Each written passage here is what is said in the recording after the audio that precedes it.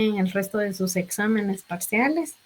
Y pues ánimo, ya les queda poco, ya están a pocos días de poder finalizar este semestre, ¿verdad?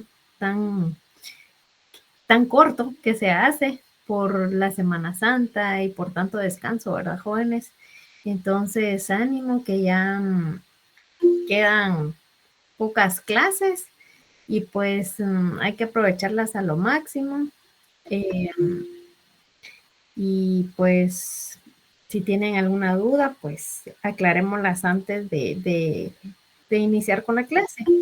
Vean, en el tema de las notas, quiero que un poco de comprensión de ustedes, en virtud que como bien saben, pues el trabajo fue entregado el día del examen, entonces ya estoy finalizando lo último y posterior pues serán publicadas antes del día viernes sus notas.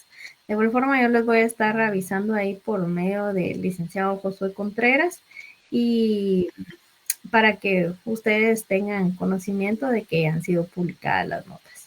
Según aproximadamente el calendario, pues únicamente creo que nos quedan 4 clases, ¿verdad, jóvenes? Si mucho, son 4. Pues hay que aprovecharlas a lo máximo. No sé si tienen alguna duda antes de poder continuar. Ninguna duda, licenciada, gracias. Bueno.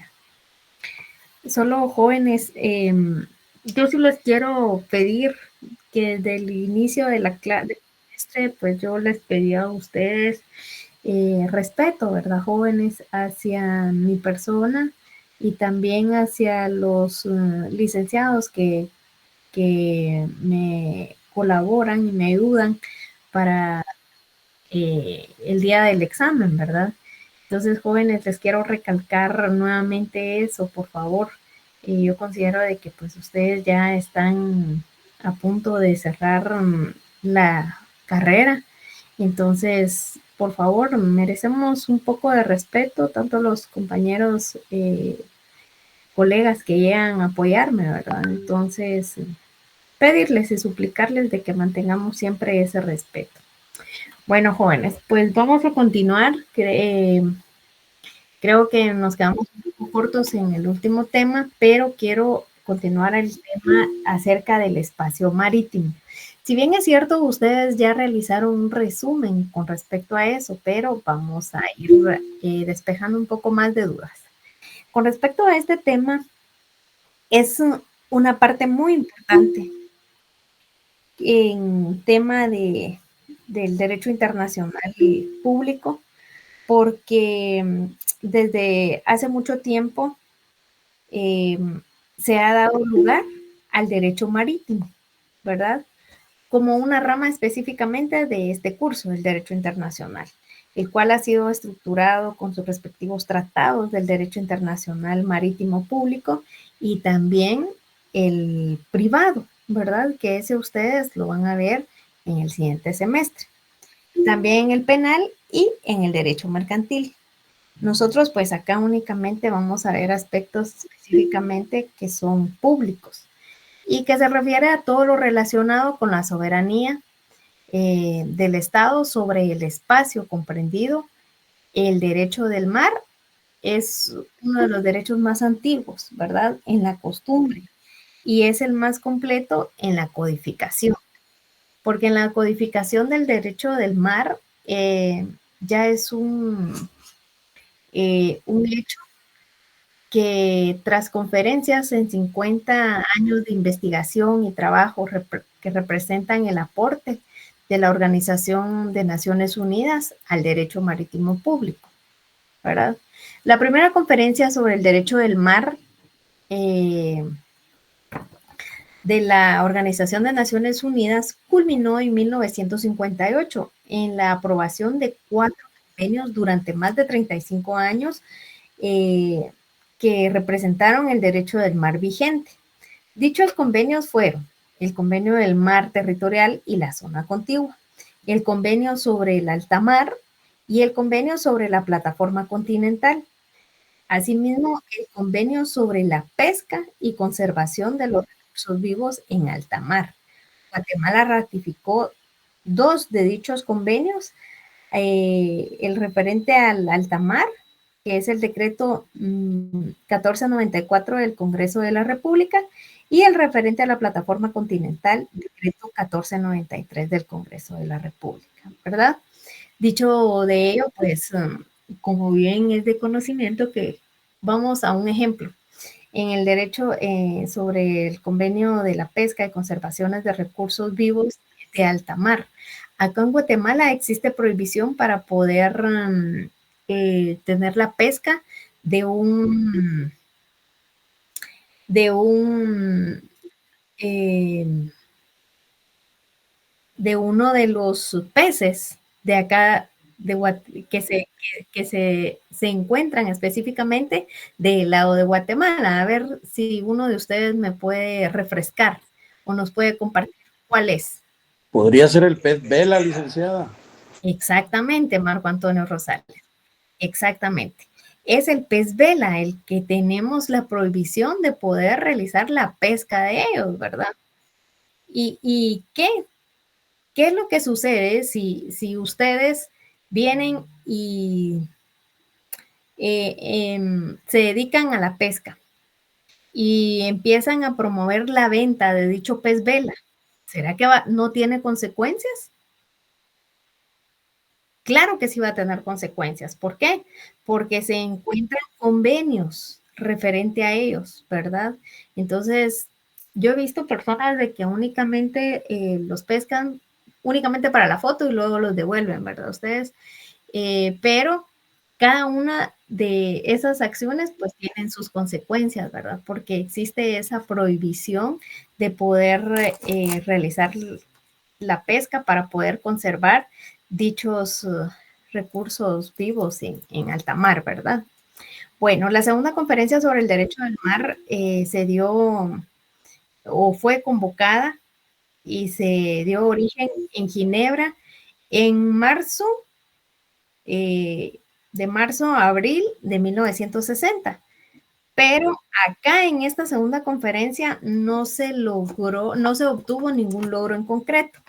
La tercera conferencia del derecho del mar en 1967, la ONU, en la resolución número 2750, decide que es imperativo convocar a una nueva conferencia sobre el derecho del mar, porque aquí se necesitaba resolver problemas que se habían dejado pendientes en los convenios de Ginebra de 1958.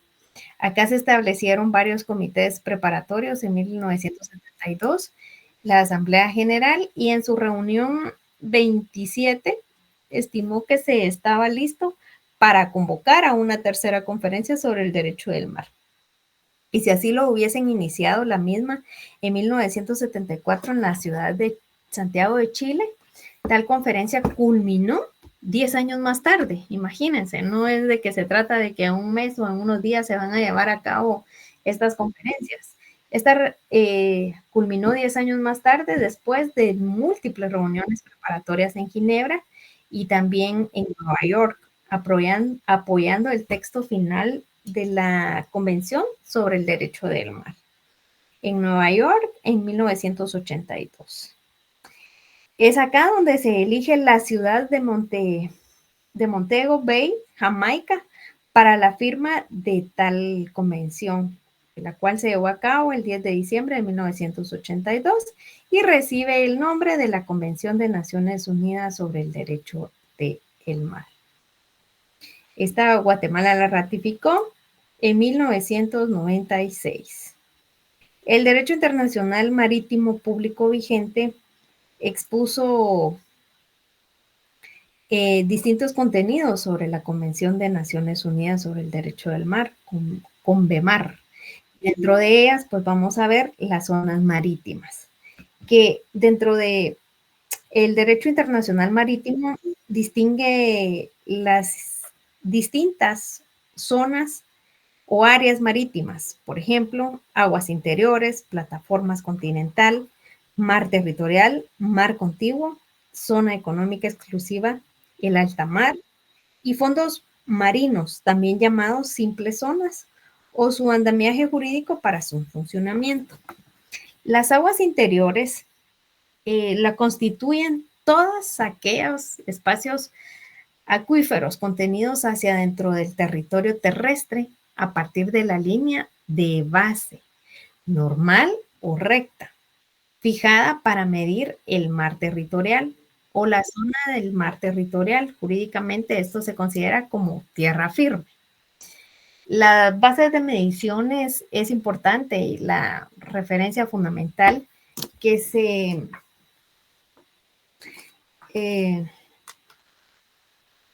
la base fundamental que se refiere el convenio de Convemar establecía y es acá donde establece las dos posibles líneas de base.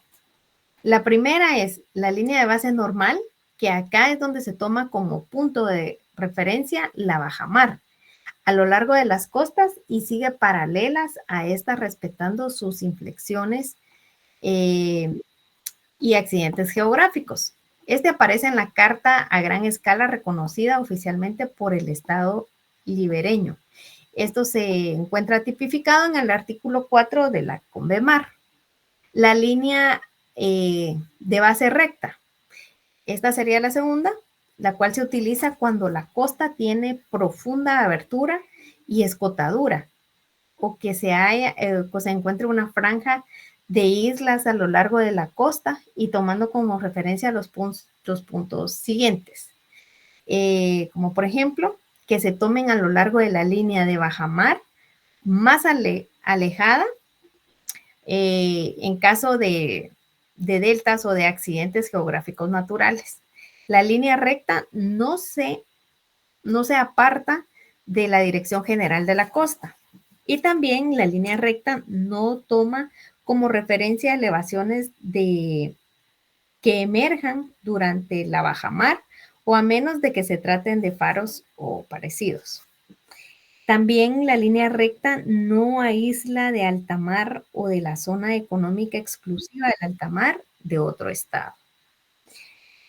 Sobre las aguas que mencionábamos, el Estado ejerce soberanía sin ninguna restricción y sin ninguna limitación, al igual de lo que lo hace en el espacio territorial terrestre. Se trata de que la soberanía total o plena en todas sus manifestaciones, sin embargo, en 1975 escribieron antes de adoptar la Convemar, pero todavía son válidos todos esos comentarios que se enumeraron anteriormente, ¿verdad? Entonces, acá dentro de la Convemar, pues existen excepciones de las cuales son admitidas y que se consideran que en general pueden ser aplicadas y ejecutar dentro de algunas leyes la integridad o la búsqueda mercantes de los extranjeros que se encuentran en aguas interiores, ¿verdad? Entonces, así como tenemos también ese límite territorial, también lo tenemos por la vía marítima, ¿verdad, jóvenes? Como les indicaba. En aguas internacionales o aguas fronterizas se le llaman también, ¿verdad, jóvenes? Entonces, este es un tema de que posiblemente ustedes digan, ay, pero este tema o este curso del derecho internacional se le da muy poca importancia, pero créanme, jóvenes, que no. Acá en Guatemala son muy pocos los abogados que que se dedican a esta rama del derecho, porque el derecho marítimo, ¿verdad, jóvenes? Son muy pocos los abogados, de lo cual, pues, es una rama muy importante, ¿verdad, jóvenes? Porque ustedes van a ver en el derecho internacional privado, ahí van a ver la importancia de todo este curso, porque, por ejemplo, con la mercancía, ¿qué es lo que sucede si sucede un accidente dentro del alta mar? pero que está dentro de, ese accidente sucede pasando por este país, ¿verdad? Pero se encontraba en aguas guatemaltecas o en otras áreas internacionales. Entonces, sí tiene mucha importancia. Por eso, jóvenes, yo siempre les comparto y los insto a que ustedes sigan estudiando un poco de lo que platicamos acá en clase, ¿verdad? Porque no, para que no se queden ustedes únicamente con lo que se platica acá en clase. Bueno, hablando, vamos a resumir un poco de tantos casos que se han dado a nivel de aguas marítimas o del derecho del mar. Hablemos un poco acerca del Canal de Panamá. Durante el siglo XIX se hicieron los primeros estudios y proyectos para construir un canal en Centroamérica y se consideró como puntos ideales Panamá, el cual se encuentra el canal en la actualidad, ¿verdad? Y también Nicaragua. Acá se pretendía utilizar el río San Juan y el lago de Nicaragua y también México en el Golfo de Tehuantepec. En el año de 1850, Inglaterra y Estados Unidos celebraron el Tratado de Clayton y el mismo, entre otras disposiciones, dispusieron obligarse a construir el Canal de Panamá con derechos iguales y en 1878 Colombia autorizó una campaña dirigida por Fernando de Lépez a construir el canal. Esta autorización beneficiaba a Francia directamente. En 1898 la compañía de Fernando Lesseps ofrece a Estados Unidos de América el proyecto de construcción del canal, pero este estaba atado por el tratado firmado con Inglaterra, que se dio en 1901. Posteriormente se firma el tratado de Aipausev en Inglaterra y Estados Unidos, por medio del cual se logró una revisión del tratado anterior. Y en 1903, el tratado de Aijarran, Estados Unidos obtiene de Colombia la autorización para poder construir este canal. El Congreso colombiano puso trabas y pues puso algunos inconvenientes y entonces se recibió la idea de independizar a Panamá de Colombia, ¿verdad? Porque antes como que pertenecía a Colombia, condicionando a obtener la autorización de la construcción del canal. Y en 1903 se produce la independencia de Panamá y se obtiene autorización a favor de Estados Unidos para la construcción de dicho canal, por medio de un tratado que fue considerado como evidente lesivo y a los intereses de Panamá. Se encuentra John Hay en la carta escrita y un senador americano que indicó, usted y yo sabemos muy bien cuántos puntos hay en este tratado que se pueden ser objetados por cualquier patriota panameño.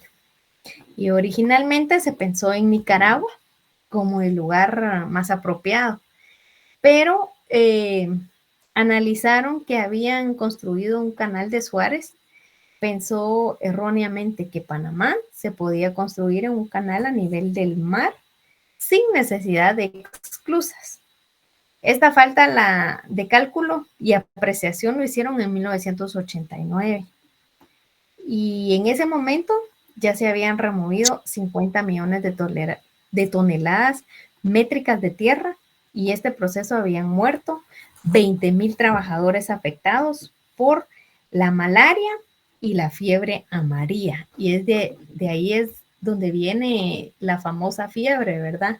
Que se dio en esa época, esa pandemia, porque de tanto zancudo que había ahí, pues ahí se dio la fiebre amarilla al momento de estar construyendo. Imagínense cuántos trabajadores murieron o fueron afectados en la construcción del Canal de Panamá. Esa cifra, entonces, Estados Unidos tenía la esperanza de que compraría a los trabajadores Y el Senado norteamericano, después de mucha discusión, decidió construir en Panamá y descartar definitivamente a Nicaragua. Pero para ello necesitaba el consentimiento de Colombia, ¿verdad?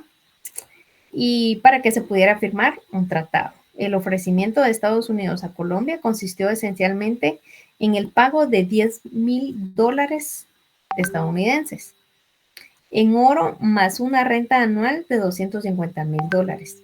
Colombia retendría la soberanía sobre una zona de 6,000 millas de ancho, pero Estados Unidos aplicaría sus propias leyes y reglamentos y Colombia rechazó esa propuesta, ¿verdad?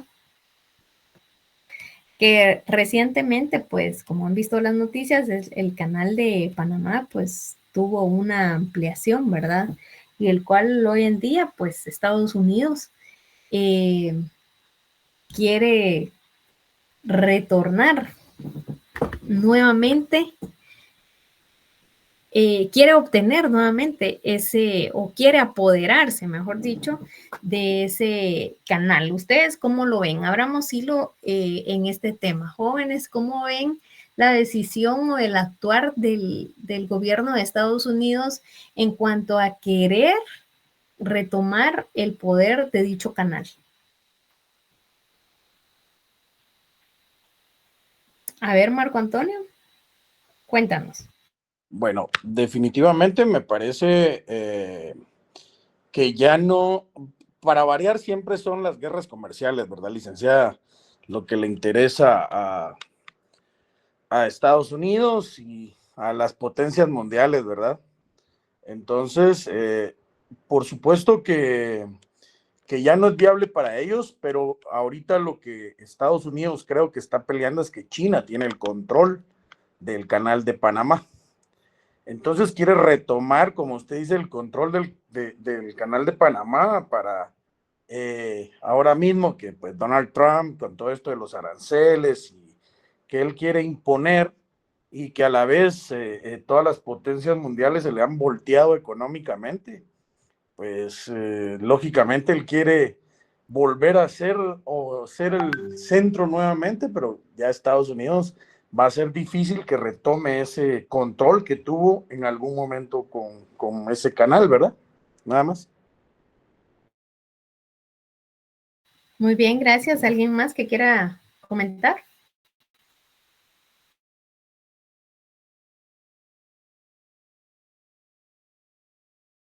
A ver, Josué Israel Flores Mendoza. Gracias, licenciada. Buenas tardes. Bueno, la verdad es que creo que con lo que hemos podido leer y ver durante el curso, estas acciones que el presidente Trump intenta realizar, pues la verdad es que son unilaterales de principio. Entonces, creo que viola muchos de los acuerdos que hemos logrado ver que se establecieron.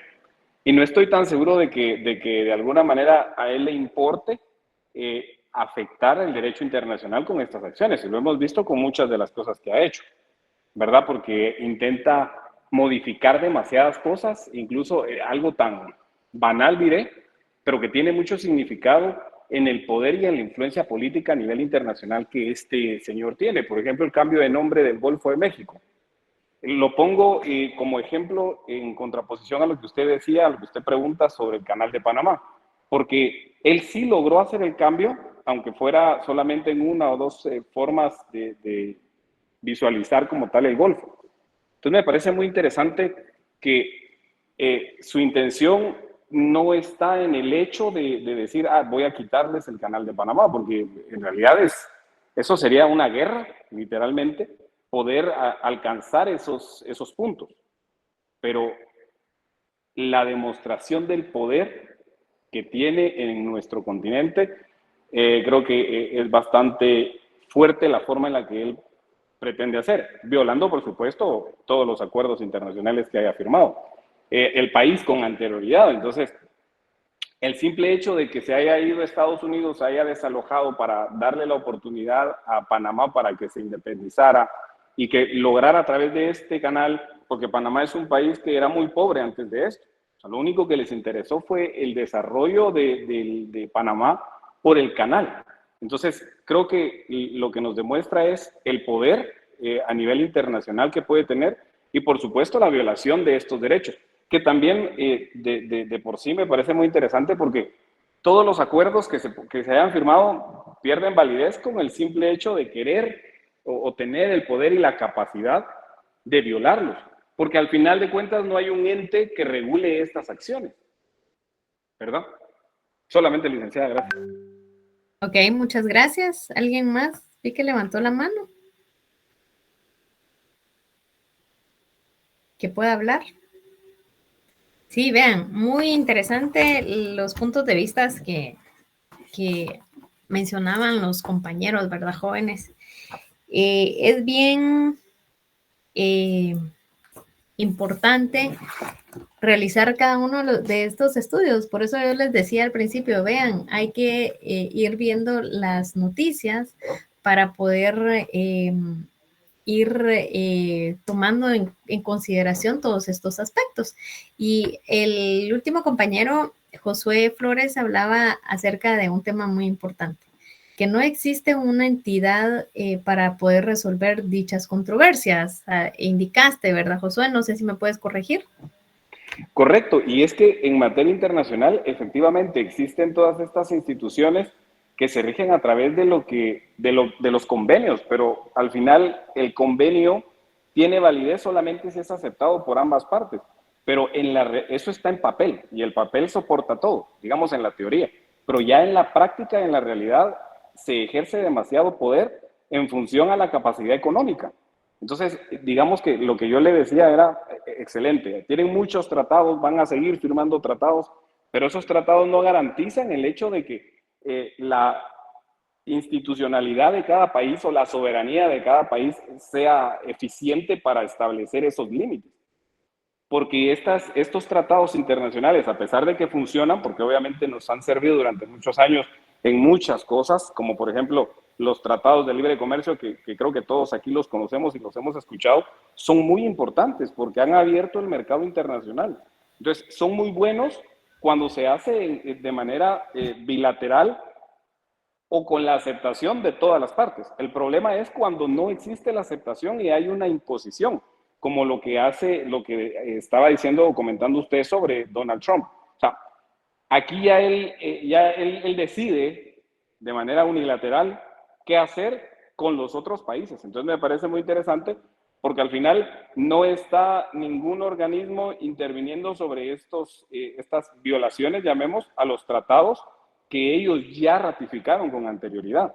Por ejemplo, el simple hecho de haber dejado el canal de Panamá. O sea, eso fue hace muchos años. Y eso está establecido en un documento donde se le dio la libertad al país de Panamá para que tomara la administración específica del canal. Si alguna vez alguno de ustedes ha ido, es un lugar espectacular.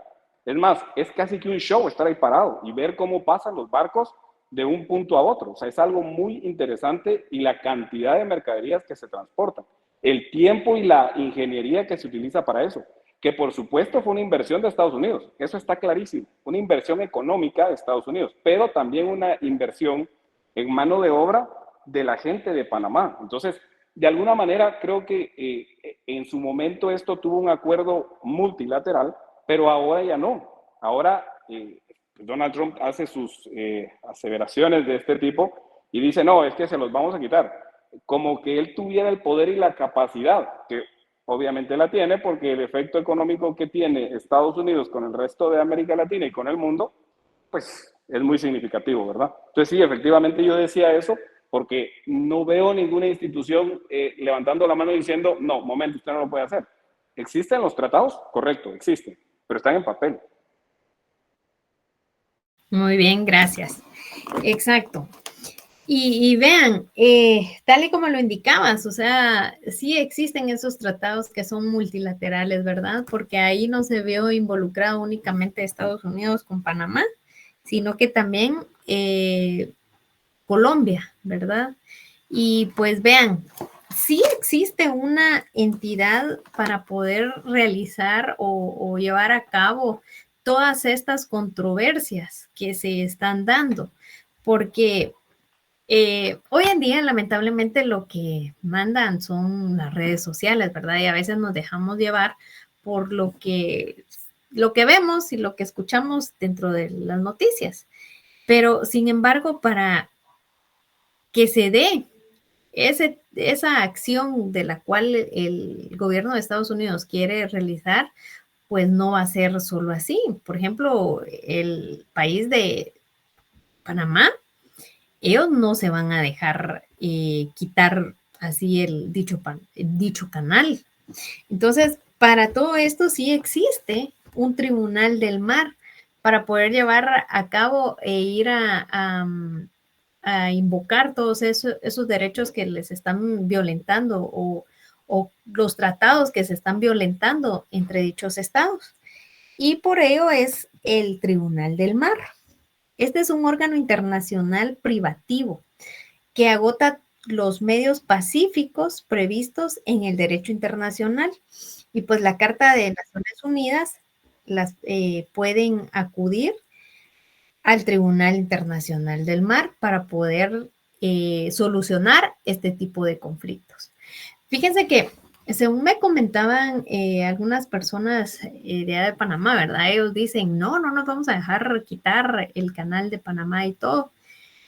Sinceramente, para poder dilucidar todas estas controversias, sí existen este tribunal, pero que se respeten, tal y como lo indicaba el compañero anteriormente, ya es otra cosa, ¿verdad? Ustedes, porque según comentaba y he visto también algunos medios de comunicación que informan que ya se encuentra personal de Estados Unidos dentro de las instalaciones del canal de Panamá.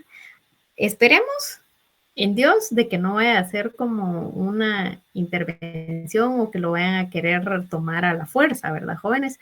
Porque imagínense qué caos se volvería en el ámbito del comercio, tal y como lo indicaba el compañero Josué, pues ir a ese canal y ver todo ese show, que cómo es, que imagínense, uno se queda admirado de que cómo es posible que sin tanta maquinaria, sino que fue únicamente la mano de obra de muchas personas que perdieron la vida, se llevó a cabo la construcción de dicho canal, ¿verdad?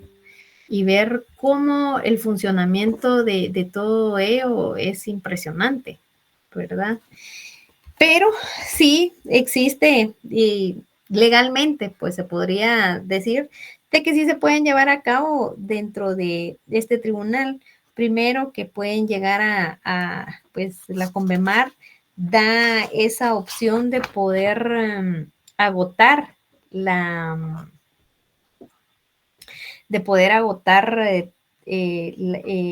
por medio del arbitraje también, ¿verdad? Para poder solucionar todos esos problemas que son en el ámbito del mar, ¿verdad, jóvenes? Entonces, eso sería en cuanto al tema de la Convemar. Ahora cambiemos un poquito el chip. Ya vimos acerca de los límites de las fronteras, ¿verdad, jóvenes? Pero también veamos, yo creo que no hemos entrado a verificar cada una del límite territorial en cuanto a las fronteras, pero también, jóvenes, tenemos ese límite del espacio aéreo, ¿verdad? Es tan interesante porque a veces uno piensa de que únicamente solo es en vía terrestre, pero no. También tenemos el espacio aéreo, que acá se empezó a revestir de interés para todos los estados en el momento en que la aviación dejó de ser un deporte para poderse convertir en un medio de transporte de personas, de carga y también de correo. Y pues actualmente es el medio, creo que más poderoso de poder también hacer las guerras, ¿verdad? Y la importancia estratégica que se evidenció también durante la Primera Guerra Mundial, cuando Alemania utilizó la aviación para tener fines bélicos, ¿verdad, jóvenes? Entonces, desde ese momento, sí se ven en la necesidad de poder también tener esos límites aéreos. Dentro del Convenio de París de 1919 se firmó el primer instrumento jurídico multilateral referente al espacio aéreo. Y es acá donde se reconoce por primera vez de manera expresa la soberanía del Estado sobre el espacio aéreo, que se encuentra sobre su territorio. En el más amplio sentido de la palabra, pues territorio terrestre, territorio colonial, de común acuerdo se reconocen entre los estados firmantes del convenio o convención. Y fue la que las naves aéreas civiles de los otros estados podrían sobrevolar en pasos inocentes, ¿verdad? El espacio aéreo de cada uno de los estados contratantes sin necesidad de permiso específico previo. Esta excepción no se aplicó a las aeronaves militares, ¿verdad? Entonces, sí se necesita ese permiso para las aeronaves, por ejemplo, si van a pasar sobre el estado por ejemplo, nuestro país, ¿verdad? Las aeronaves deben de tener ese permiso para poder pasar, ¿verdad? Entonces, dentro de la extensión del espacio aéreo, siempre ha sido un punto bastante oscuro, en el sentido de que es difícil poder delimitarlo. Ustedes se preguntarán, pero ¿y cómo, verdad? Pero hoy en día el consenso es que el espacio aéreo termina y se extiende hasta allí en donde las naves comerciales más perfeccionadas pueden volar. Y deja así la posibilidad en el futuro de que existan aeronaves que vuelen en cualquier altura, ¿verdad, jóvenes? En este punto, teóricamente, pues comienza el espacio espacial o extraatmosférico. Esta extensión, de conformidad con las posibilidades modernas, se situarían entre los 55,000 y 60,000 pies de alturas, ¿verdad? Es así como se miden esos límites aéreos. Estos pies de altura de vuelo de los Concordes y de los aviones militares. Pero sin embargo, para poder obviar estas imprecisiones y divergencias que se han postulado como límite máximo y comienzo del espacio ultraterrestre, se ha fijado una altura de 90 a 100,000 kilómetros. Este punto de vista tiene la ventaja de fijar con certeza un límite aplicable a todos los países que permiten determinar con suma facilidad si un objeto dado se encuentra en el espacio ultraterrestre o bajo la soberanía estatal, ¿verdad? Durante el periodo comprendido de 1919 y 1939, los países europeos, como lo es Inglaterra, Francia y Alemania, a la cabeza desarrollaron la aviación comercial en todo sentido. Recursos técnicos, aviones perfeccionados, recursos terrestres, aeropuertos y aeródromos. Recursos humanos, tenían los pilotos, ingenieros, personal de apoyo, etc. Todos estos recursos económicos y por consiguiente se encontraban en posición privilegiada para la explotación comercial del espacio aéreo. Entonces, la aviación se convirtió en una industria de propio derecho con sus propias necesidades de expansión. Y es de ahí que los estados sostenían la teoría de que el uso aéreo para fines comerciales debería de gozarse de la libertad completa, es decir, no debían poner restricciones de permisos, ¿verdad? Para poder sobrevolar sobre un país y tampoco controlar las frecuencias ni la capacidad y mucho menos los controles financieros de tarifa. Pero sin embargo, los Estados americanos,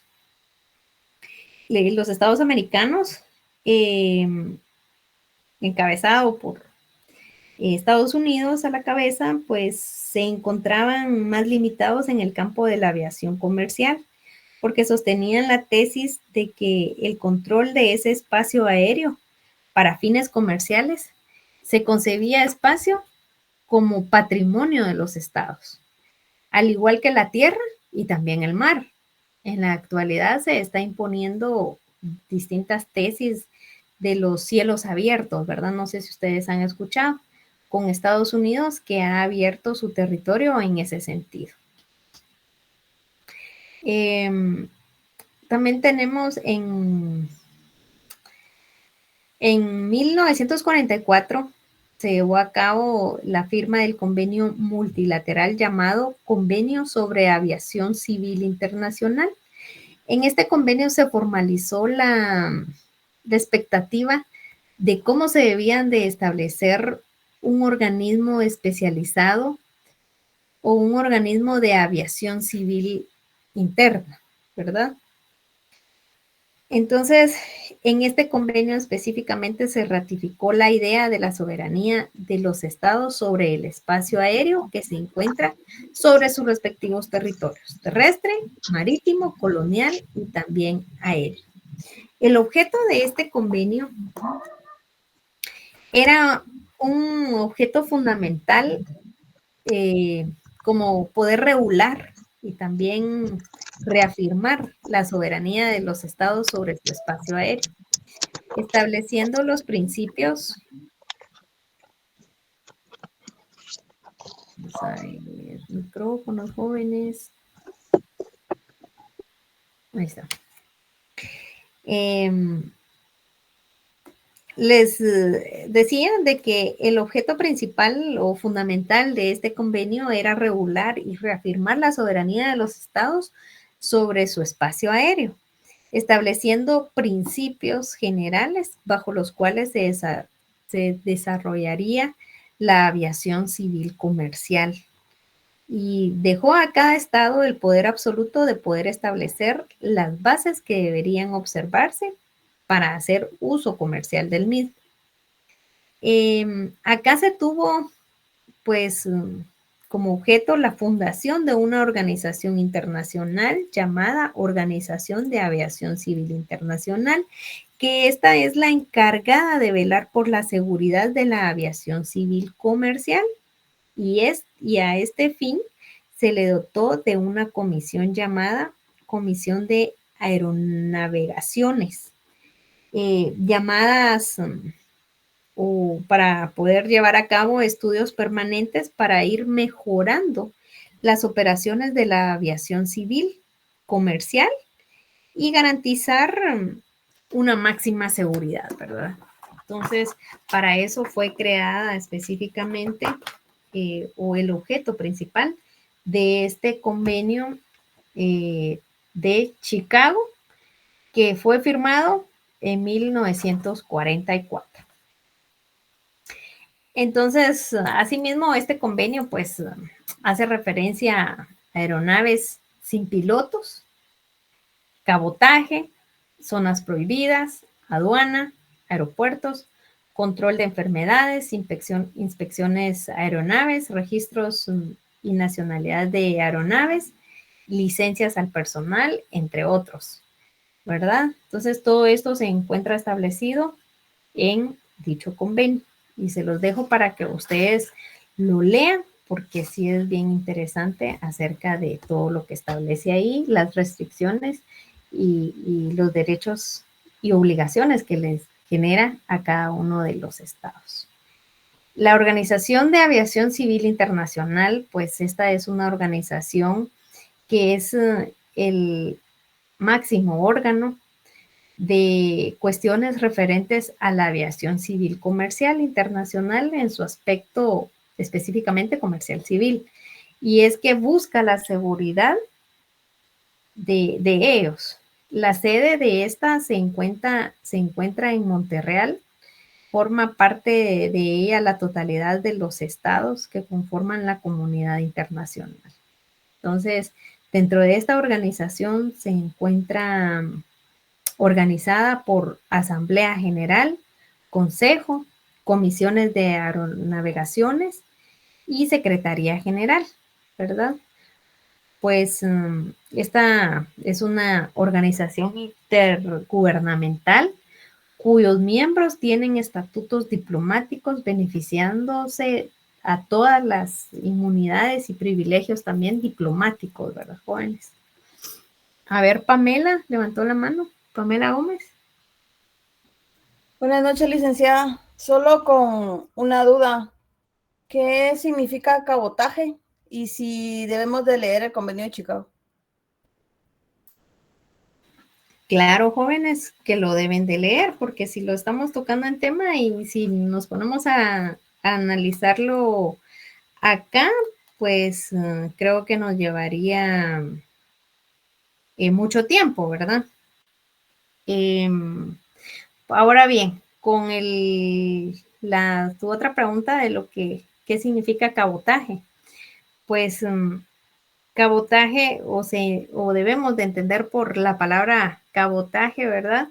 Que es la navegación de un barco entre distintos puertos, ¿verdad? Eso significa. Gracias, licenciada. Bueno, continuando. Entonces, existe también esta organización para poder llevar a cabo algunas controversias, cuando se llevan estas controversias de tipos aéreos, ¿verdad, jóvenes? No sé si tienen alguna duda o podemos ir continuando. Esto sería específicamente en el tema del derecho aéreo, ¿verdad? Del espacio aéreo. Ahora también podemos hablar acerca del espacio extraatmosférico, el espacio espacial. Acá, dentro del derecho internacional, todo lo relativo al espacio extraatmosférico se encuentra en formación todavía. De otra parte, a nadie se le escapa la importancia del mismo en la vida moderna, ¿verdad, jóvenes? A esta rama del derecho se le ha dado varios nombres, como por ejemplo, derecho interplanetario, derecho astronáutico, derecho interastral, derecho sideral, derecho cosmonáutico, derecho extraterrestre, derecho ultraterrestre y derecho espacial. El espacio extraatmosférico o ultraterrestre se utiliza para las comunicaciones, específicamente para el espionaje, para realizar algunas investigaciones de recursos naturales que coadyuvan a la meteorología, ¿verdad? Desde este punto de vista jurídico, pues el derecho relativo al espacio extraatmosférico presenta varios problemas, de los cuales vamos a hacer mención algunos. El primero es que la frontera entre el espacio atmosférico y el espacio aéreo, el segundo se da el estatus jurídico de dicho espacio, ¿verdad? Es decir, las cuestiones sobre la soberanía de cada uno de los estados y la transmisión de noticias desde y hacia el espacio extraatmosférico. La contaminación también de dicho espacio y entre otros. ¿Dónde comienza el espacio extraatmosférico? ¿Verdad? Para poder delimitar esta incógnita, que desde dónde es que se encuentra ese límite, pues vamos a entrar a analizar dos corrientes. La primera es la corriente pragmática y la segunda es la corriente científica, ¿verdad? La corriente pragmática acá nos afirma que el espacio extraatmosférico o ultraterrestre da inicios ahí generalmente con los medios más modernos a disposición de la ciencia aeronáutica actual, donde pueden volar las aeronaves comerciales más perfeccionadas y también más poderosas. Esta teoría se refiere a la extensión del espacio aéreo. En la actualidad, como lo indicábamos anteriormente, pues se estaría hablando de aproximadamente unos 90,000 pies o 30,000 kilómetros, ¿verdad? En esta misma línea están quienes fijan un punto concreto que es de 90 a 100 kilómetros de altura. La corriente científico-técnico esta afirma que el espacio extraatmosférico o ultraterrestre principia donde ya no existe el oxígeno. Existen altas temperaturas, existe la ausencia de gravedad y la ausencia de agua, inmensidad, radiación atómica y partículas subatómicas, ¿verdad? ¿Ustedes dónde pondrían el límite fronterizo en el espacio extraatmosférico según estas dos corrientes, jóvenes?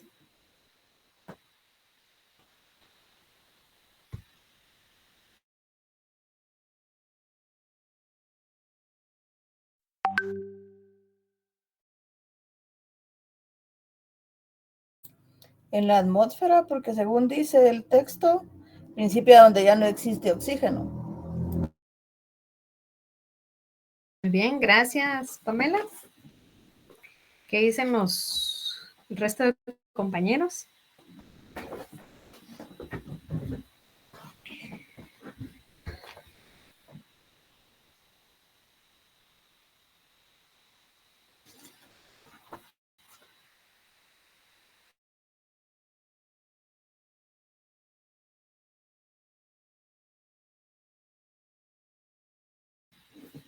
Se los dejo ahí que ustedes analicen estas dos corrientes. Yo desde mi punto de vista, pues también me quedo con la corriente científico-técnica, ¿verdad, jóvenes? Que es, para mí, que es hasta donde se termina, donde ya no existe ese oxígeno, ¿verdad? Donde se da la ausencia de la gravedad, podría ser, ¿verdad? Para mí, pero se los dejo ahí de tarea que ustedes analicen estas dos corrientes y vean por qué tipo de corriente ustedes se inclinarían. Ahora bien, vamos a continuar con la adquisición del territorio. Esto creo que ya lo habíamos visto así un poco en temas, el primer tema del primer examen parcial, cómo se puede adquirir el territorio, o mejor dicho, la soberanía que se puede extender en la aplicación de cualquiera de los medios jurídicos, ¿verdad? Acá tenemos dos formas en cuanto a la apropiación con la intención de adquirir una soberanía en un territorio que no se hayan en tal momento sometidos a otras o que no se encuentren sometidos a otra soberanía de otro territorio, ¿verdad? Aunque esté poblado. Acá tenemos, por ejemplo, la accesión, que es el incremento del territorio en virtud de nuevas formaciones. Por ejemplo, la formación de islas, formación de tierras por desembocaduras de ríos, o también por la misma obra del hombre, como por ejemplo los canales de Holanda, que de ahí pueden ser artificiales, hechos por el hombre, naturales y hechos por la naturaleza. Aunque ustedes no lo crean, sí se dan estos tipos de situaciones que son artificiales, ¿verdad? Hay lagos que son artificiales. Otra de las formas tenemos la conquista, que este es el crecimiento de un territorio generalmente a través de los medios violentos, es decir, por medio de las guerras, ¿verdad? Hoy en día este medio ya no se acepta y su fin ha sido consagrado en varios pactos y acuerdos internacionales. Esperamos que ya no se dé este tipo, ¿verdad?, de adquisición de territorios. La prescripción adquisitiva de un territorio por el ejercicio continuo y pacífico de la soberanía durante un lapso de tiempo para crear la convicción común de un Estado concuerda con el orden internacional y por ende es necesario que no existan reclamos constantes de otros estados para poder adquirir un territorio o una soberanía, ¿verdad? Hay diversas formas también de poder interrumpir la prescripción adquisitiva a nivel internacional. Y como primer punto tenemos los medios por medio de las armas, por medio de las protestas formales, por medio de reservas constantes con tratados internacionales multilaterales, ¿verdad, jóvenes? Entonces, estas son las formas de poder adquirir un territorio. También tenemos como otra de las formas de poderlas adquirir sería de los derivados, que dentro de esta clasificación derivados tenemos la cesión, que la cesión significa la transferencia de un territorio por un estado a otro estado. Pueden ser con o sin compensación, ¿verdad? La adjudicación, el territorio se adquiere en este caso por sentencia de un tribunal internacional o por medio de un convenio. Esto se puede dar cuando hay discrepancias sobre límites y se somete a un tribunal arbitral o a la Corte Internacional de Justicia. Como por ejemplo, ¿qué se les viene a la mente cuando hablamos de esta adjudicación? Acá en Guatemala. Belice. Muy bien, exacto. Gracias, Marco.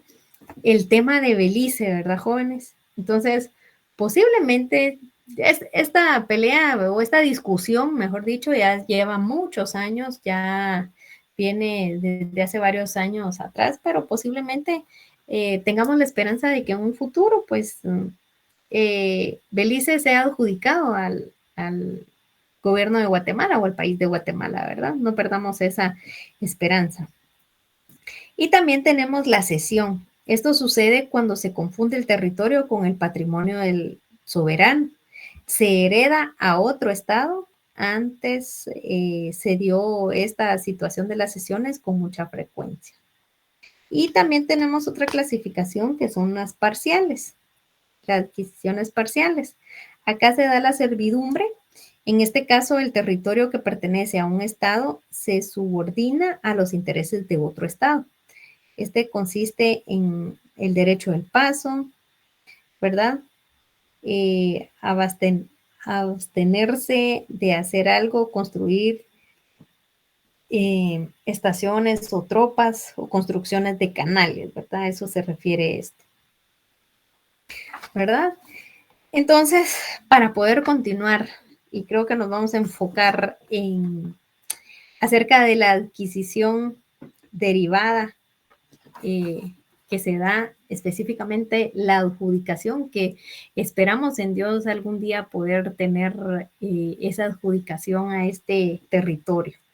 Y vamos a continuar con el tema de el territorio de Guatemala y sus delimitaciones.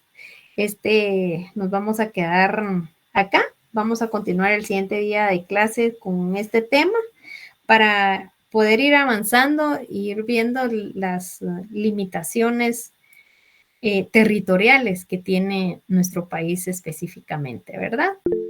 Entonces, a ver, Marco Antonio. Licenciada, como pues podemos observar, como usted bien nos comentaba a principio de clase, este periodo, esta unidad es bastante corta, ¿verdad? Según publicado en la facultad, pues el 16 de mayo ya tenemos el primer parcial, que se hubiera sido un día de clases de usted. Eso quiere decir que la siguiente clase con usted y una más serían las últimas que tendremos con usted, ¿verdad?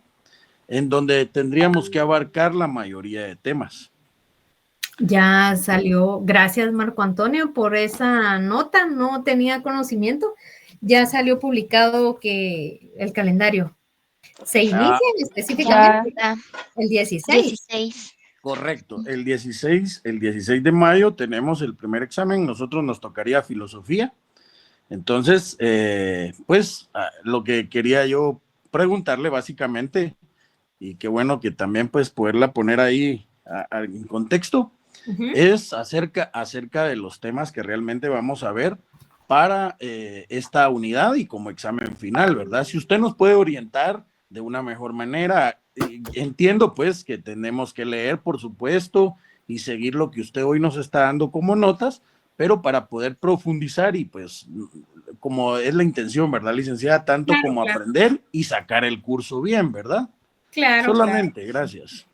Gracias, Marco Antonio. Es un dato importante que no lo sabía. Yo tenía dentro de mis anotaciones, contaba con ese día de clase, ¿verdad, jóvenes? Es decir, que ya únicamente nos quedarían 2 clases, excluyendo la de hoy, ¿verdad? Pues vean, el siguiente día de clase vamos a tratar de abarcar pues todos los temas que faltan. Sería el territorio de Guatemala y su delimitación, como les explicaba. No sé si cuentan con el libro, ese se encuentra este tema en la página 241, ¿verdad? Acá les voy a tratar de resumir lo que se pueda en este tema, específicamente lo más importante, ¿verdad?